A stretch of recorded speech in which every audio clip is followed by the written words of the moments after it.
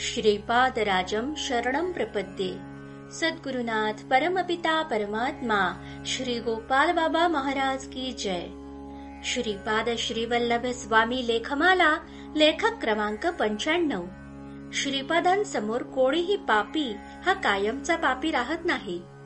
एक सुविचार आहे की कोणीही पापी हा कायमचा पापी नसतो, कारण अशी एक निश्चित परिस्थिती निर्माण होते की तो व त्याचं जे काही जमा पुण्य असतं ते त्या क्षणी त्या पाप्याच्या जीवनात यू टर्न ठरतं आणि त्याचा उद्धार होऊन तो परमात्म्याच्या निकट राहतो। त्याला ईश्वरी कार्यात ठळक जबाबदारी मिळते। वाल्या कोळी हे याचे सर्वात मोठे उदाहरण आहे। श्रीपाद श्रीवल्लभांचे चरित्र तर अशा कितीतरी घटनांनी भरलेलं आहे। कितीतरी पापी या ना त्या कारणाने श्रीपादांजवळ पोहोचले।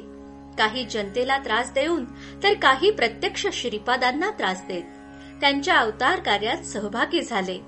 श्रीपादांनी जसा सज्जनांचा उद्धार केला तसा दुर्जनांचाही। नरसावधानी हा तर दुर्जनांचा शिरोमणी। श्रीपाद श्रीवल्लभ अवतरण्यापूर्वी महालय अमावस्येला अवधूताने सुमती मातेला दर्शन देऊन मी श्रीपाद श्रीवल्लभ अवतार तुझ्या पोटी घेणार असं वचन दिल्यापासून नरसावधानीचा जळफळाट सुरू झाला। त्याने श्रीपादांच्या पूर्ण बालपणात श्रीपादांना, आजोबा बापनाचार्यांना, वडील अप्पलराजांना टोकाचं छळलं। या दोन घरांना पिठापुरातून बहिष्कृत करण्या इतपत त्रास नरसावधानीने दिला, तरी श्रीपादांनी त्याला त्याच्या देवघरात दर्शन देत दत्त तत्व समजावून सांगितलं। नरसावधानीची चिता पेटवण्यापूर्वी त्याला पुन्हा जिवंत करून उठवलं। त्याला जन्मभर अन्नाची ददात होणार नाही याचं आश्वासन दिलं आणि आपल्या पुढील श्री गुरु नरसिंह सरस्वती स्वामी महाराज अवतारात त्याला वाढीमध्ये नाही आपल्या जवळ घेऊन रोज कृष्णा पार करून त्याच्या घरी माध्यान्ह भिक्षा स्वीकारली, त्याचं दारिद्र्य घालवलं। आज आपण दुसरे मोठे उदाहरण म्हणजे बंगारप्पा पाहणार आहोत। हा सोनार असूनही क्षुद्र विद्येच्या आहारी गेला होता। त्यामुळं तो उन्मत्त झाला होता की लोक त्याला घाबरून असत। श्रीपादांची ख्याती ऐकून तो त्यांना म्हणजे प्रत्यक्ष परमात्म्याला जार मारण करण्यासाठी पिठापूरला पोहोचला। त्यावेळी श्रीपाद फक्त 8 वर्षांचे होते। बंगारप्पाने अगोदर बापनाचार्यांवर प्रयोग सुरू केले। त्यावेळी श्रीपाद बापनाचार्यांच्या जवळ होते। त्यांनी आजोबांच्या पोटावरून हात फिरवला आणि आजोबांचे रक्षण केले। बंगारप्पाने नंतर बापनाचार्यांच्या घरावर सर्प सोडले, परंतु ते घरात प्रवेश करू शकले नाहीत। चिडलेल्या बंगारप्पाने मग श्रीपादांनाच लक्ष केले व स्मशानात जाऊन कणकेची श्रीपादांची छोटी पुतळी तयार करून त्यात जागोजागी सुया खुपसून श्रीपादांच्या हननाचा प्रयोग केला। तोही त्याच्यावर उलटला आणि तोच त्या रात्री मरणासन्न अवस्थेत पोहोचला। त्या शेवटच्या अवस्थेत तो शेवटी मनातल्या मनात श्रीपादांना शरण गेला आणि त्याच्या मनोनेत्रात श्रीपाद प्रकटले। त्यांनी बंगारप्पाच्या वाट्याला आलेल्या शिक्षा फक्त एका रात्री पुरत्या सीमित केल्या आणि त्याला स्वतःला विहिरीत उलट टांगण्याची योग प्रक्रिया शिकवून वाट सरूंची तहान भागवण्याची सिद्धी दिली आणि त्याला सांगितलं की माझं चरित्र लिहिणारा शंकर भट्टाचं ज्यावेळी तुला दर्शन होईल आणि तू त्याची तहान भागवशील त्यावेळी तुझं पाप समूळ नाहीस होईल। हीच योग प्रक्रिया साईबाबांचे गुरु श्री गोपालराव केशवराव देशमुख सुभेदार बाबासाहेब महाराज वेंकुशाह यांनी साईबाबांना शिकवली होती।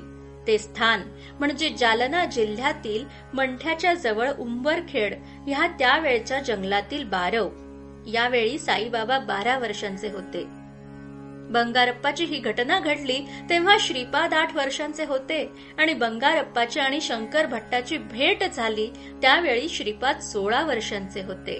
म्हणजे तब्बल 8 वर्षे बंगारप्पाने श्रीपादांनी त्याला दिलेली योग साधना केली आणि तो योगशास्त्रात इतका निपुण झाला की मानवी शरीराची योगशास्त्रीय रचना त्याने शंकर भट्टास समजावून सांगितली। शक्ती संपादनात प्रभू श्रीराम हे सर्वोच्च 12व्या स्थानावर तर श्रीपाद श्रीवल्लभ हे या स्थानाच्याही अतीत म्हणजे पलीकडे आहेत या पातळ्या त्याने सांगितल्या।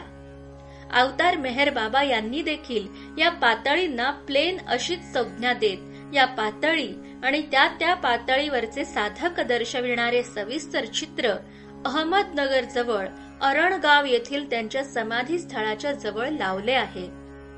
अहिल्याचं पाषाणात रूपांतर, साधन मार्गातील सप्त भूमिका, अवतारी पुरुष आणि साधक यातील फरक, सत्कर्म दुष्कर्म फल विवरण, पिठापूरच्या राजाचे श्रीपादांना शरण येणे, कितीही दत्तभक्ती केली पण श्रीपादांची निंदा केली तर पुण्य फळ न मिळणे, श्री दत्ता श्री वल्लभा दिगंबरा अशा आर्ततेने श्रीपादांचा धावा केल्यास श्रीपादांनी कर्मदग्ध करत पुण्य फळ देणे, अशी कितीतरी रहस्य बंगारप्पा शंकर भट्टास शिकवतात.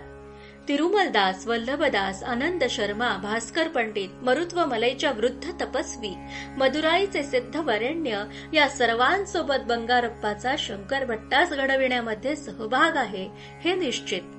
परंतु एक आश्चर्य नक्की की माझं चरित्र शंकर भट्ट लिहिणार आहे हे श्रीपादांनी त्यांच्या 8व्या वर्षी सांगितलं होतं. म्हणजे अवताराचं प्लॅनिंग स्थळ आणि काळ या 2 फॅक्टरसह अवतरणापूर्वी सुनिश्चित असतं हे मात्र नक्की.